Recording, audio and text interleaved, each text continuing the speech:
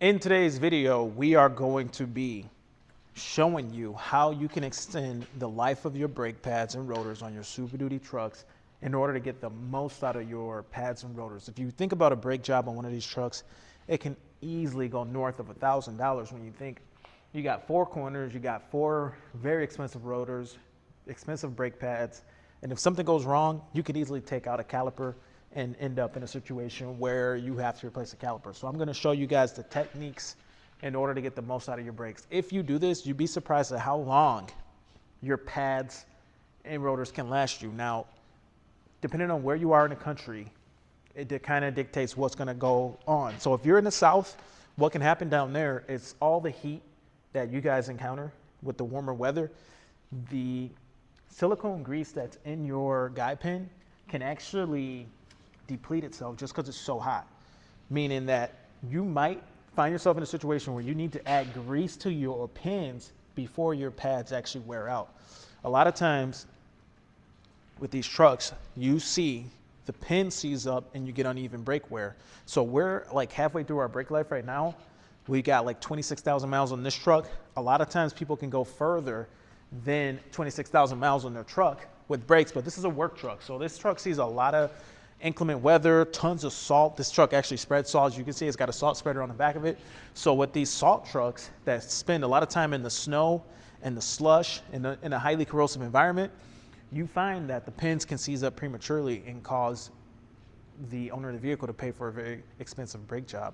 What we're gonna do is we're gonna put the Motorcraft silicone brake caliper grease back into the caliper right on the pins. Now, this is not an inferior product by any means. This is a great brake lube. The only thing is you can't really expect a brake lube to last the life of the pad in a severe environment. So we're going to show you kind of the gold standard of how we do things. So number one, in order to do the brake pins, you essentially have to remove the caliper.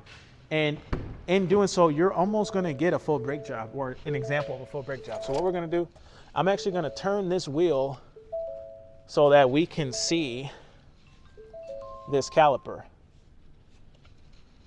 So in doing so, I'm giving myself a little bit more angle so that I can access the fasteners for the caliper a lot easier. Now, I've got already set up my impact in order to loosen the caliper. I can do that now. I don't see why not. So we'll go ahead and put this in reverse. Look at the level. It's set to level 2 right now, and this can get on there. This is a 16 mil socket. Looks like level 2 isn't enough. Let's try level 3. Hopefully I don't got to get a ratchet out.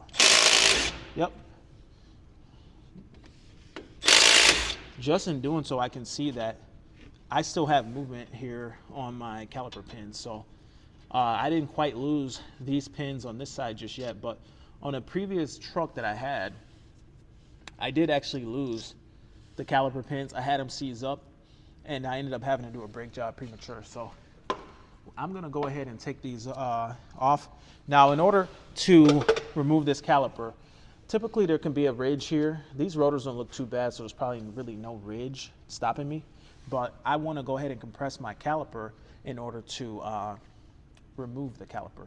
Now, there's some things to really consider though before you start compressing. So I've always went ahead and I'll show you what I did. So this lets me adjust real fast. Just a regular C-clamp. I know some everyday mechanics are gonna bark at that a little. Why are you using a C-clamp when you have a brake caliper clamp? Like, okay, C-clamp works good. This is now applying pressure directly to your caliper. Now, if I were to tighten this up, I'll feel some resistance a little bit. Not too bad. It's working, it's going up. But if I'm loosening all of these calipers up, this isn't too much resistance.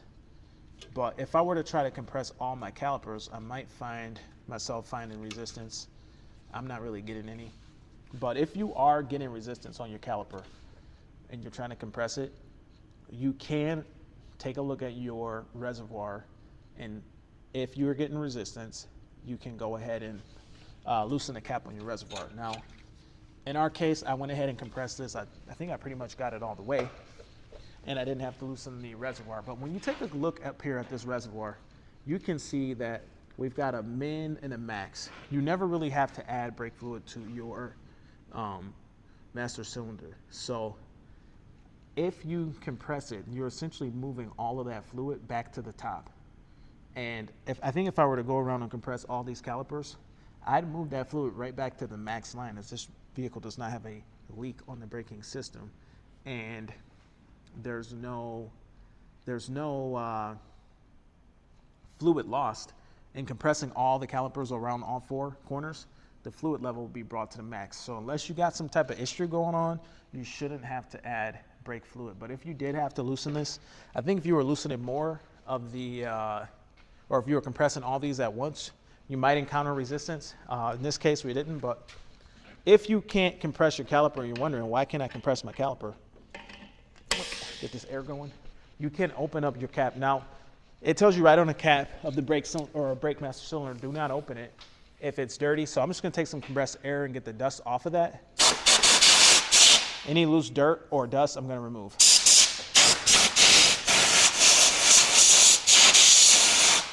Okay, so that's clean.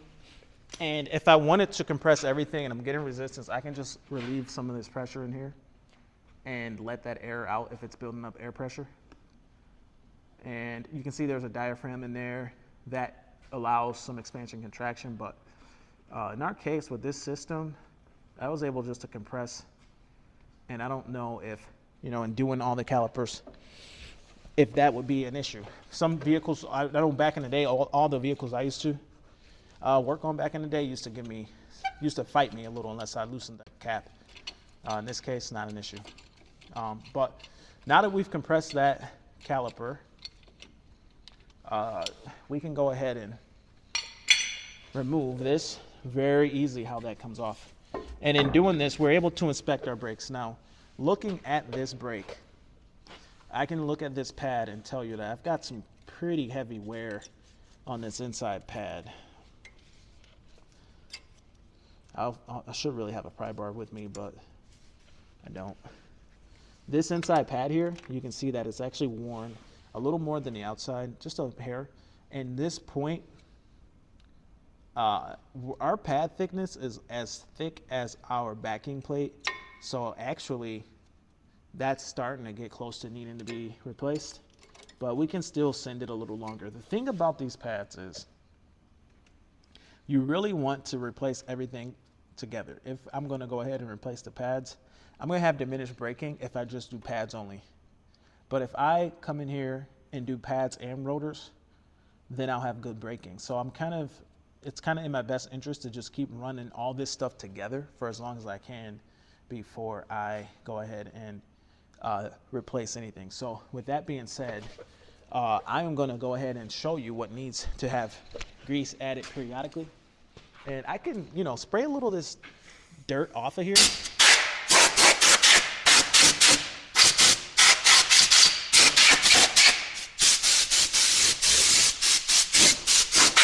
That's just if I just want to be working in a little bit cleaner environment. So in doing so, now that I can go ahead and pull these out and I can see the condition of my grease. So looking at this, I can see that in this case, my grease did not totally fail me. It's still grease left in here. It didn't seize up on me because on this particular truck, I didn't wait until it was too late. So what are the downsides of waiting until it's too late? This is still good. I could have probably took another chance with it for another year. But at the end of the day, you want to catch it before it gets too far gone. If it did, this would have seized up and I would have worn through probably my inside pad prematurely. And doing so, I'm applying excessive heat now to my caliper. Inside of my caliper, I've got all these rubber seals. I got a square cut rubber seal that holds the fluid inside of the caliper against this piston, and then I got a dust shield. If those seals ever get a certain level of heat, they become diminished and give you the potential of seizing up a caliper later on down the road. Well, now I've never had metal to metal contact on a rotor and a brake pad backing, so I've never seen excessive heat that the system can't handle. But whenever you do have that metal to metal contact, now things have gotten red hot, and your caliper, you'd be surprised to find that that caliper might not have much life left in it. If it were my truck and that caliper saw metal to metal contact, I'd replace the caliper just as a precaution. So if you really want to, do a good job, you can clean these holes out.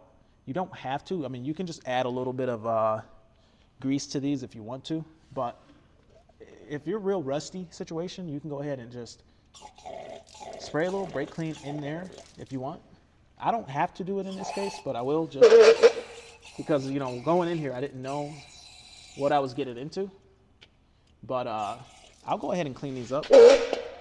I've sprayed a little brake clean in there, got my face a little far back, and I'll spritz a little air up in there as well to blow that brake clean out.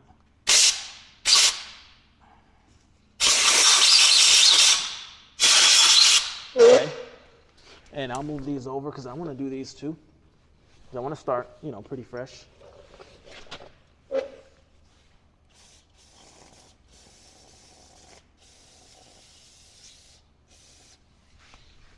Just cleaning off the oxidized brake lube.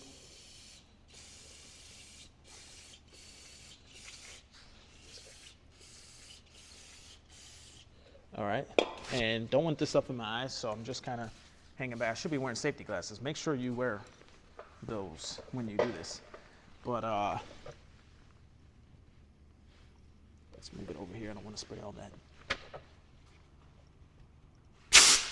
Oh.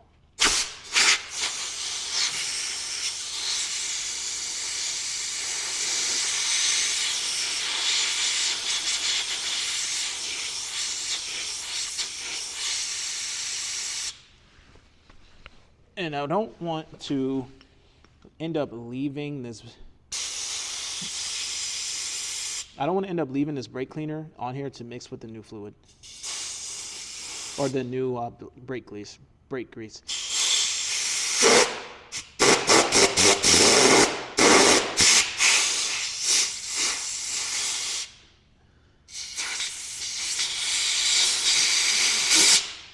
If I were to allow the brake clean solution to mix with the new grease, it would cut the grease and change its characteristics. Okay, so I have got the pins, and I want to step over to the bench and show you the grease. I've got my Motorcraft silicone brake grease. This stuff is pretty good. As you can see, that this product is what comes factory, and it was performing pretty well factory, so why change it? I have other greases that I've used in the past, but I'm pretty happy with what Motorcraft has available to us. So one of the things to consider is if you go too crazy with this grease, this pin will push back at you, and you don't really want the pin to push back out, because if the pin's constantly pushing out of the bore, then it's going to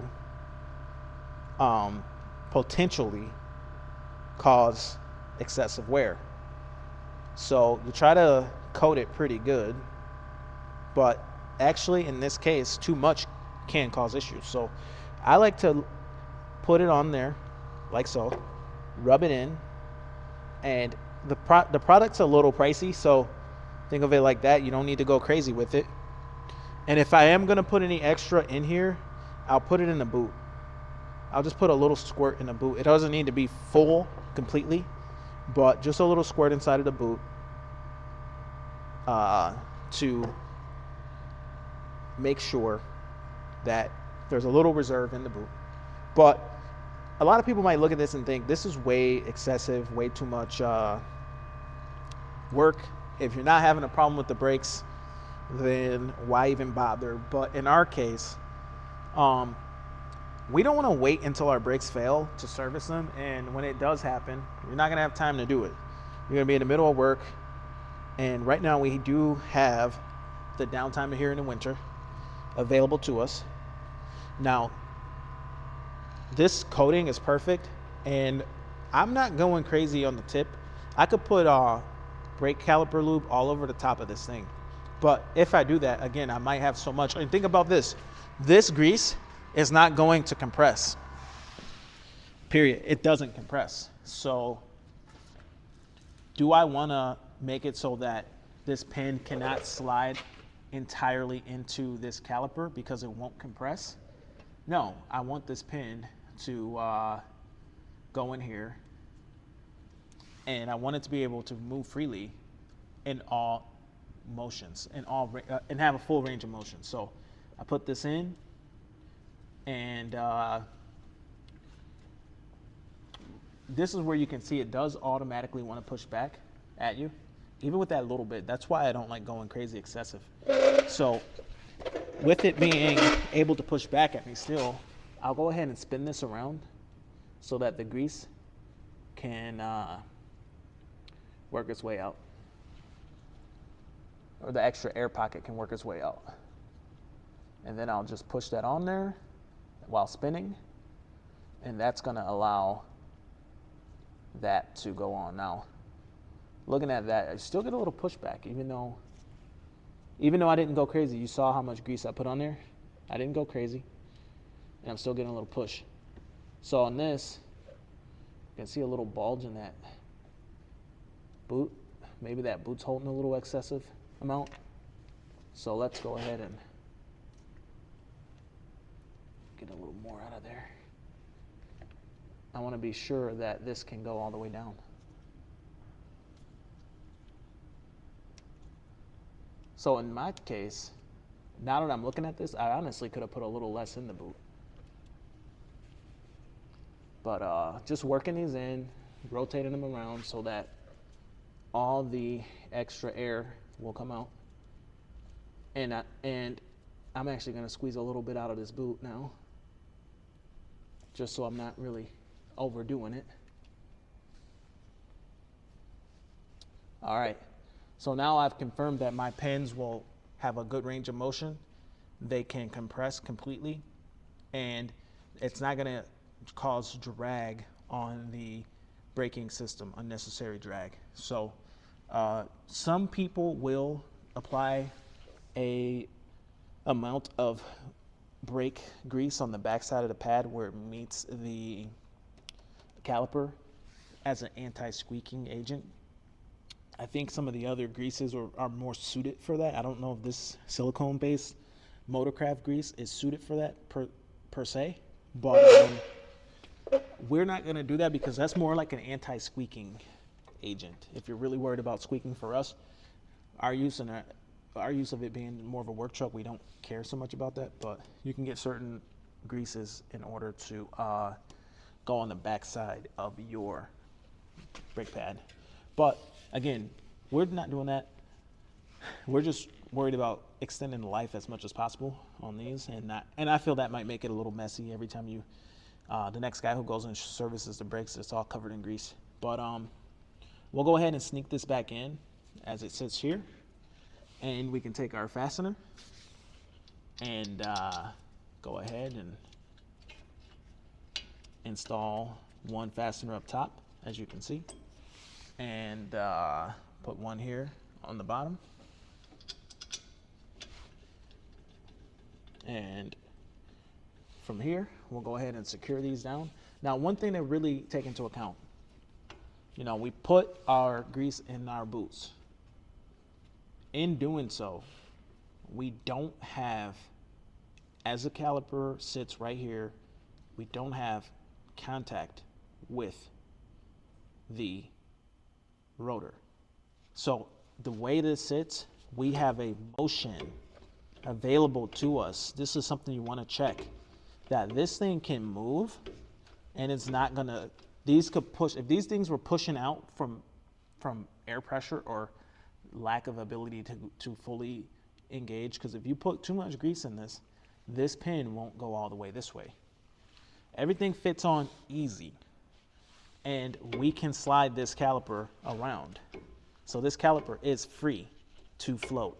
That's what you want to confirm before doing anything else. So if we were going to service our rotor, we'd be, on a truck like this, I wouldn't recommend turning rotors, just put new ones on.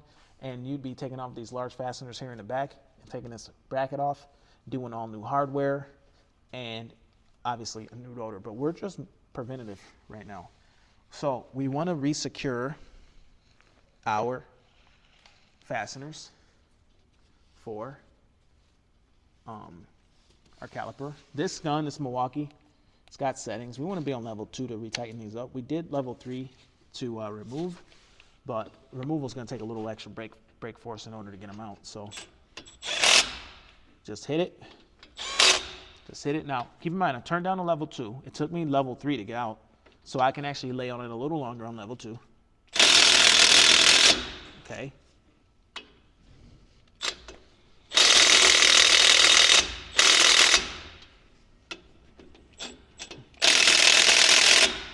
Now that's tight.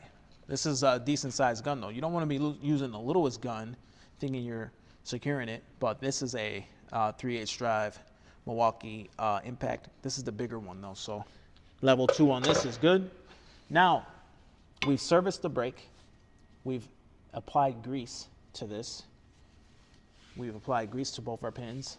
If we want to, while we're here, we can go ahead and clean. Dryness where the pad meets the rotor is critical. The drier and cleaner, the better. So you can just take a little brake clean on that surface, and that just doesn't hurt one bit. This side's a little tighter to get. We couldn't put our fingers on the backside anyway, but just doing this provides optimum braking performance. So not a problem, not a bad thing to do. But there's a couple things that you need to be aware of before you move forward. We don't have brakes because of this space. You can see that moves good, but we don't have any brakes. If we were to try to get into this truck and not being mindful, put the truck in drive, this truck could potentially crash into something because these brakes only move a little bit before they engage the caliper or the rotor. So, couple things. We messed with our brake cap. Let's go ahead and make sure that's all the way tight. Yep, we've confirmed that that is tight. Now,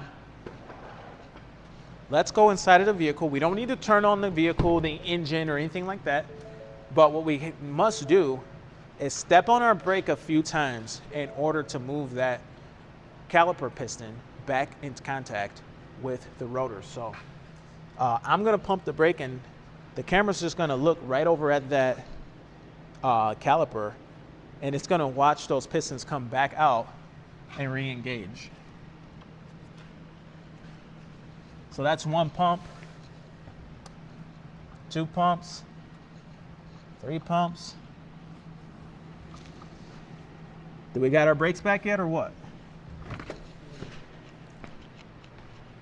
Let's take a quick look. No, not yet. So it takes a few pumps of that brake pedal before you actually would have any type of brakes.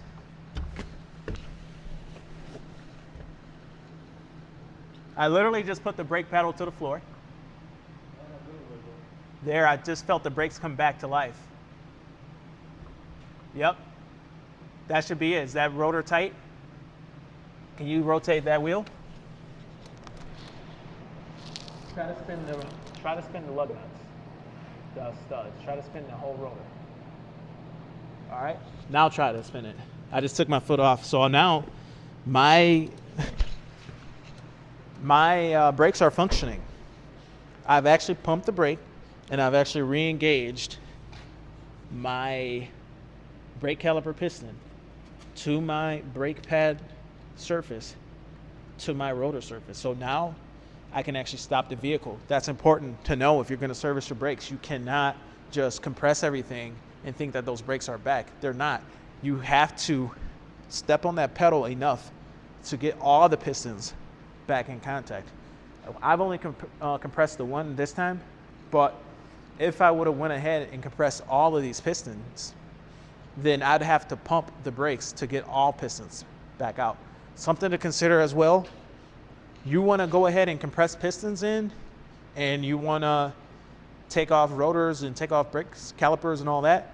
if I were to take off this caliper and then go and turn and start compressing all my other calipers, I run the risk of shooting my caliper piston out.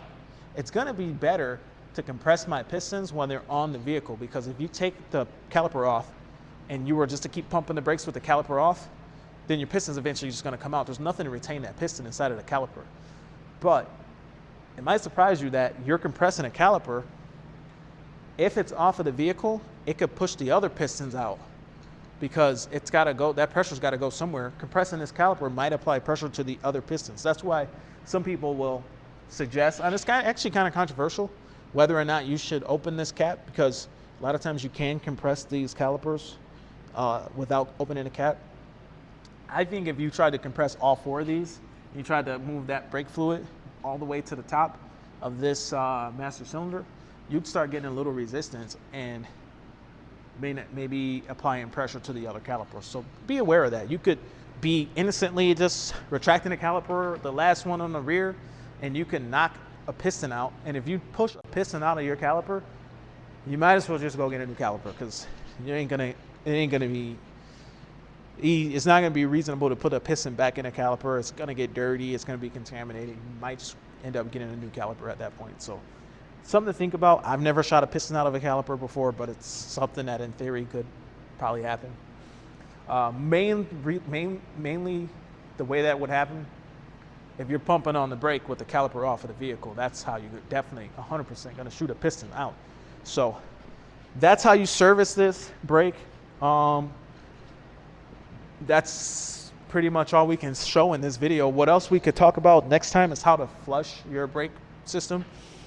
Every year or so, your brake fluid absorbs like 3% water. It breaks down. It doesn't have the same boiling point that it started off with when the vehicle was new. And that brake fluid sits down on these calipers and it's just nasty. You know, it's probably dirtier down here than it is up top. And it's more broken down probably down here than it is up top. It's not a bad idea. I mean, I had this truck now for 3 years. It's not a bad idea to go ahead and flush the brake fluid out of the system and have brand new brake fluid. Because as this vehicle ages and gets older, it's going to start to have caliper piston failures. And that's probably gonna be alleviated by switching out the brake fluid. It's kind of one of those things, tricky, controversial as well, because yeah, there's trucks out there that go 150,000 miles and never have the brake fluid touched and they're okay. But at the end of the day, are they really? Do they have boiling brake fluid under heavy braking conditions? There's only one way to find out, and we don't want to be finding out when the truck's towing heavy. So in the next video, we could show you how to bleed and flush your brake system, how to bleed it without getting more air into the system, and how to get all of the air out of the system without having issues. I know I see it all the time. People will say they service their brakes and now it don't stop right. You let a little bit of air stay in the caliper and that caliper is not gonna live a very long life. So that's pretty much it. We tightened everything. We made sure that our brake fluid cap is resecured. Everything's tight. We re-engaged our pistons. We're gonna put the wheels on this thing and send it. Anyway, my name is Sean. This is DS Trucks. If you wanna get your Super Duty serviced here, reach out. We'll put our phone number in the description. But anyway, thank you for watching. See you next time. Over and out.